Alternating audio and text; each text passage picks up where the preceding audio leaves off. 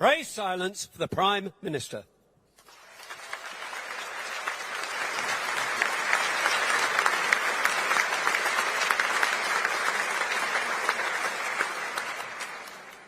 My Lord Mayor, ladies and gentlemen, whether by virtue of history or accident of geography, our country has always looked out to the world.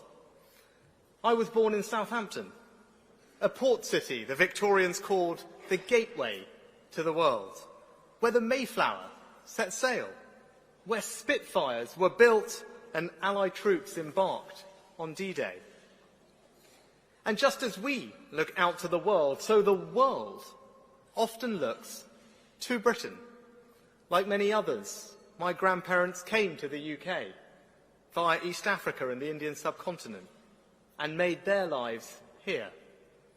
In recent years, we've welcomed thousands of people from Hong Kong, Afghanistan and Ukraine. We're a country that stands up for our values, that defends democracy by actions, not just words. A country that commits not just our resources, but our ingenuity to better the lives of others and ourselves. Our adversaries and competitors plan for the long term. After years of pushing at the boundaries, Russia is challenging the fundamental principles of the UN Charter. China is conspicuously competing for global influence, using all the levers of state power. Now, in the face of these challenges, short-termism or wishful thinking will not suffice. We can't depend on Cold War arguments or approaches, or mere sentimentality about our past. So we will make an evolutionary leap in our approach. This means being stronger in defending our values and the openness on which our prosperity depends.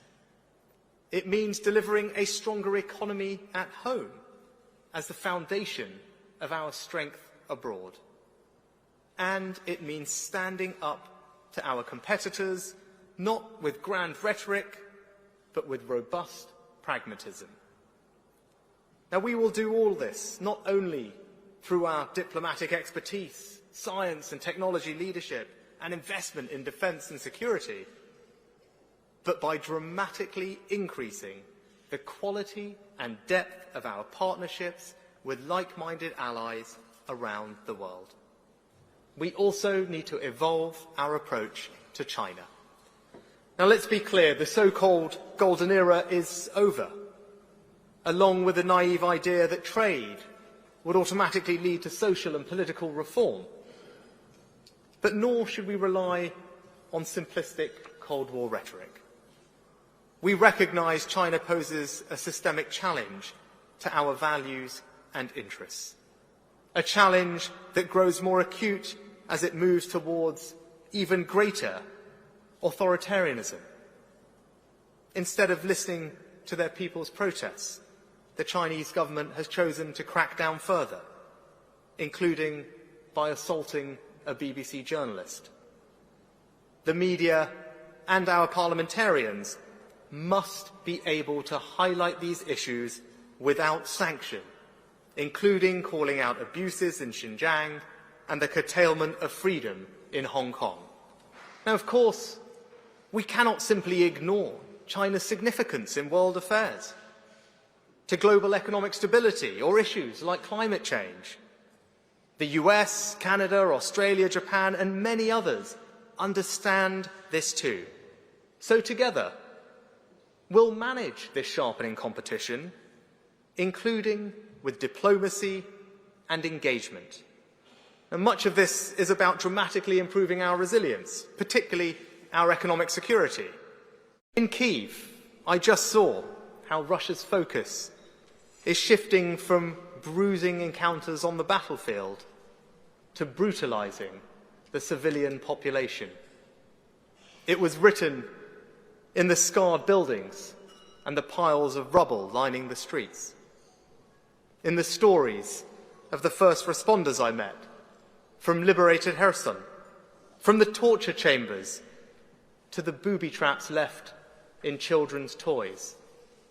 As the world comes together to watch the World Cup, I saw how an explosive device had been hidden inside a child's football, seeking to make it a weapon of war.